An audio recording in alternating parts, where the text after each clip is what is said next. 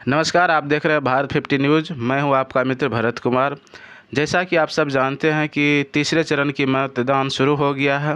तीसरे चरण के लोकसभा चुनाव 7 मई को यानी आज के ही दिन होने वाली है हो रही है। सुबह 7 बजे से शाम के 6 बजे तक होने है। इसी से संबंधित हम खबर आपको देने आए हैं। कौन कहां से लीड कर रहा है, कहां से कौन बढ़त बना रहा है, कहां पर किसका दबदबा है, यही खबर हम आपको देने जा रहे हैं। तीसरे चरण के लोकसभा चुनाव 7 मई को यानी आज के ही दिन मंगलवार को ही 12 राज्य और केंद्र शासित प्रदेश सहित कुल 94 लोकसभा सीट पर मतदान होना है। जिसमें से टोटल उम्मीदवार की बात करें तो वह 1351 उम्मीदवार हैं जो इस बार मैदान में है, जंग लड़ रहे हैं।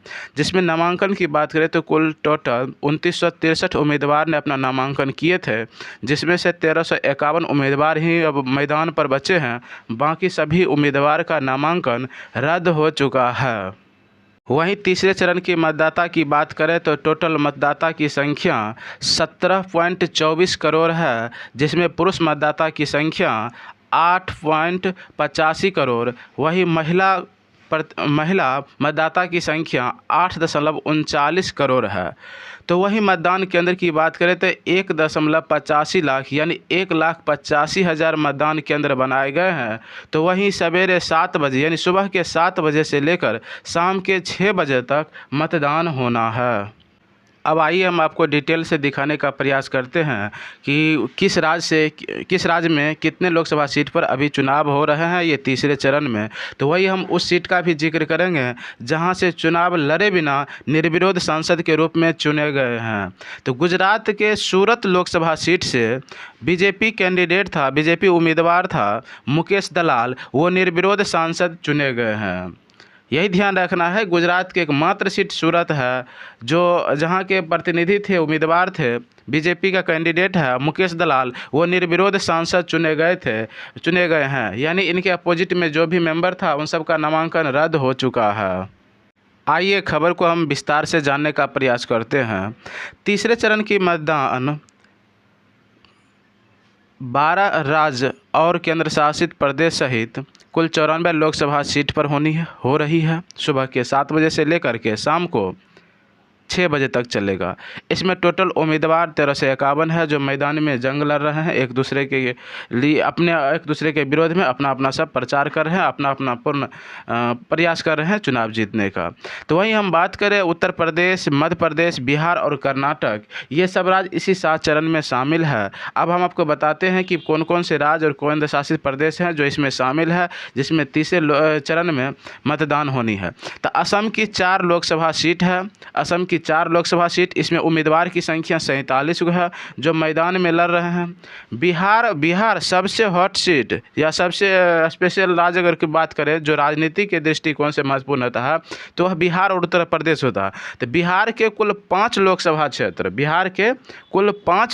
क्षेत्र से में चुनाव हो रहा है और 5 लोकसभा क्षेत्र में टोटल उम्मीदवार की संख्या बताएं तो ये 54 उम्मीदवार है। यानी बिहार के 54 उम्मीदवार 5 लोकसभा क्षेत्र पर अपना अपना पूरा प्रयास कर रहे हैं, जीतने के लिए दमखम लगा रहे हैं। तो वही उत्तर प्रदेश की अगर हम बात करें तो उत्तर प्रदेश के 10 लोकसभा सीट पर चुनाव होनी है, जिसके लिए उम्मीदवार की संख्या 100 है। यानी 100 उम्मीदवार जो है उत्तर प्रदेश में अपना अंतिम दाव पेच लगा रहे हैं, जीतने का पूरा प्रयास कर रहे हैं। तो वही छत्तीसगढ़ की बात करें तो छत्तीसगढ़ के से 7 लोकसभा क्षेत्र पर चुनाव होना है और 7 सीट के लिए टोटल कैंडिडेट की बात करें, सांसद उम्मीदवार की बात करें तो वो 168 उम्मीदवार है। वही केंद्र शासित प्रदेश में दादर और नगर हवेली, दमन और दीव के लिए बात करें तो कुल 2 सीट पर चुनाव होनी है, जिसके लिए उम्मीदवार की संख्या 12 निश्चित किया गया। यानी 12 उम्मीदवार है जो दादर, नगर हवेली और दमन और दीव ये 2 क्षेत्र पर अपना चुनाव लड़ रहे हैं। यानी अपने पूरा दमखम दिखाने का प्रयास कर रहे हैं, जीतने का दावा पेश कर रहे हैं। तो वही हम गोवा की बात करें, सबसे पर्यटन राज्य है गोवा की इकोनॉमी पर्यटन पर ही स्थित है। तो वही गोवा की बात करें तो गोवा के कुल 2 सीट है, दोनों सीट पर चुनाव होनी है, जिसमें से 16 उम्मीदवार अपना दमखम लगाए हुए हैं, अपना पूरा प्रयास कर रहे हैं, जी जान लगा करके मेहनत कर रहे हैं। तो वहीं गुजरात की बात करें तब पूरे भारत में एकमात्र राज्य गुजरात है जिसके 25 के 25 सीट पर इसी तीसरे चरण में ही चुनाव हो रहा है।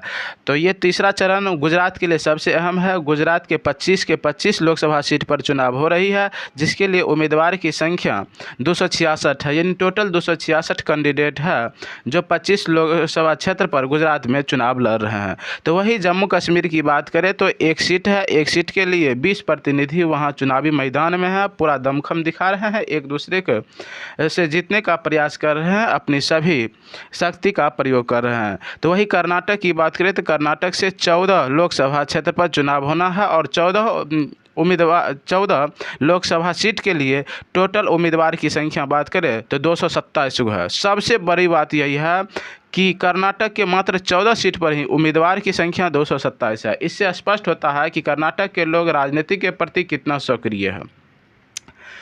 मात्र 14 गो सीट है और उम्मीदवार की संख्या सोच लिए कितना गो है, 227 गो। यानी वहाँ पर कर्नाटक के लोग राजनीति के प्रति बहुत संवेदनशील है, बहुत रुचि रखते हैं। यही कारण है कि मात्र 14 लोकसभा सीट पर ही 227 गो उम्मीदवार देखने के लिए मिल रहा है। वही एमपी की बात करें, मध्य प्रदेश की बात करें, मामा की बात करें, है ना, जहाँ से मामा सरकार चलाते थे, अब तो मामा नहीं रहे हैं, वहाँ सरकार से नहीं है, अभी उस बार चुनाव लड़ रहे हैं। तो वही मध्य प्रदेश के 9 लोकसभा सीट पर टोटल कैंडिडेट की बात करें तो 127 कैंडिडेट है। मध्य प्रदेश के 9 सीट पर टोटल उम्मीदवार की संख्या कितना है, 127। इसको ध्यान में रखिएगा। वहीं महाराष्ट्र की बात करें, फिल्म सिटी की बात करें, फिल्म स्टेट, कोई ऐसा स्टेट जो फिल्म स्टेट के नाम से जाना जाता है, तो वहाँ महाराष्ट्र है। महाराष्ट्र के लिए 11 सीट पर चुनाव होनी है तीसरे चरण में, जिसके लिए जिसमें उम्मीदवार की जो संख्या है वो 258 है। यानी टोटल 258 कैंडिडेट महाराष्ट्र में कुल 11 सीट पर अपना दाव पेच खेल रहा है, चुनाव अभी जीतने के लिए अंतिम दमखम लगा रहे हैं।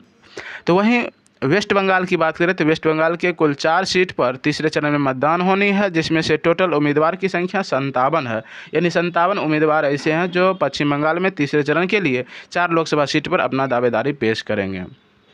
वही बिहार की बात करें तो बिहार के तीसरे चरण में यानी आज के ही दिन 5 लोकसभा क्षेत्र है, जिसमें झंझारपुर, सुपौल, अररिया, मधेपुरा और खगड़िया, यही 5 लोकसभा सीट पर चुनाव होनी है। यानी बिहार के ये 5 हॉट सीट ऐसे हैं जिस पर तीसरे चरण में चुनाव हो रहे हैं। ये है झंझारपुर, सुपौल, अररिया, मधेपुरा और खगड़िया। वही उत्तर प्रदेश की बात करें तो उत्तर प्रदेश के टोटल 10 लोकसभा क्षेत्र पर टोटल 100 उम्मीदवार है जो चुनावी मैदान में है। उसमें से ये 10 लोकसभा क्षेत्र ऐसे हैं जिस पर चुनाव होनी है, जिसमें से पहला है संभल, दूसरा है हाथरस कांड के लिए हाथरस प्रसिद्ध है, तीसरा है आगरा, ताजमहल के लिए आगरा प्रसिद्ध है, फतेहपुर सीकरी, ये भी लोकसभा क्षेत्र है, यहाँ अकबर के द्वारा किला बनाया गया था। उसके बाद है फिरोजाबाद में भी चुनाव चल रहा। फिर है मैनपुरी जो कि अखिलेश यादव का गढ़ रहा है। इसके पिताजी यहाँ से चुनाव लड़ा करते थे, मुलायम सिंह यादव। उसके अगला सीट है एटा के बाद है शाहजहाँपुर के बाद अगला जो सीट है वह है आमला और फिर बरेली। ये 10 लोकसभा क्षेत्र है उत्तर प्रदेश, जहाँ पर चुनाव आज के ही दिन 7 तारीख को ही सुबह के 7 बजे से लेकर शाम को 6 बजे तक चलेगा। वहीं वोट प्रतिशत की बात कर ले पहले चरण और दूसरे चरण की कि कितने जनता ने वोट डाले थे और किस पर का रुचि रखे थे। तो पहले चरण 19 अप्रैल को हुआ था, उसमें जो मत डाला गया था वो 66.14% ही मत डाला गया था। यानी पहला चरण जो 19 अप्रैल को हुआ था उसमें सिर्फ 66% यानी 66.14% ही मतदाता ने मत डाल पाए थे। और वही दूसरे चरण की बात करें तो दूसरे चरण 26 अप्रैल को हुआ था, जिसमें से 66.71% मतदाता ने अपना मत डाला था। यानी मतदाता की संख्या घटते जा रहा है। अब देखा जाए कि ये तीसरा चरण में मतदाता क्या करते हैं, क्या उस 66% से ऊपर उठ पाते हैं, उसका रिकॉर्ड तोड़ पाते हैं, या फिर उससे भी घटते जा रहे हैं।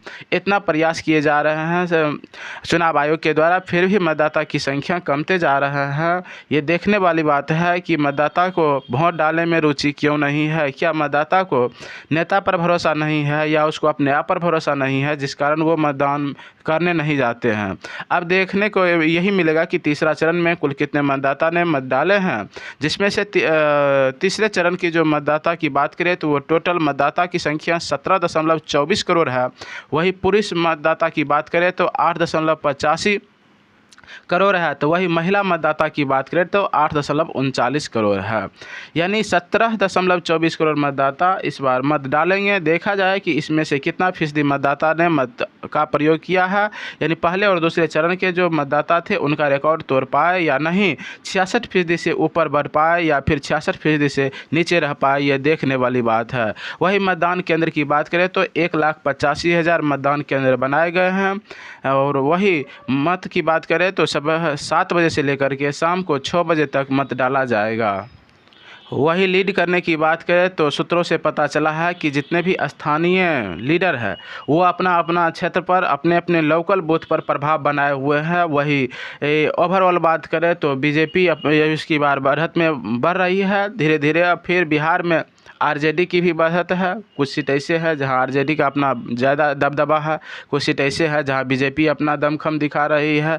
वही पूरे ओवरऑल बात करें तो सूत्रों से जो जानकारी मिला है वो बीजेपी कांग्रेस ये सब बराबर में चल रही हैं। कुछ सीट ऐसे हैं जहां बीजेपी ज़्यादा पावरफुल दिख रही है तो कुछ सीट ऐसे हैं जहां कांग्रेस कमज़ोर होते दिख रहे हैं। तो यही खबर है, आप खबर से बने हुए रहिएगा, फिर हम आपसे अप टू डेट होते रहेंगे। कोई भी खबर होगा हम आप तक पहुंचाने का प्रयास करेंगे। तब तक के लिए देखते रहिए भारत 50 न्यूज़ और हमसे जुड़े रहिए। फिर मिलते हैं किसी और वीडियो में, तब तक के लिए धन्यवाद। आप देखते रहिए भारत 50 न्यूज़। जय हिंद, जय भारत, जय बिहार, जय मतदाता।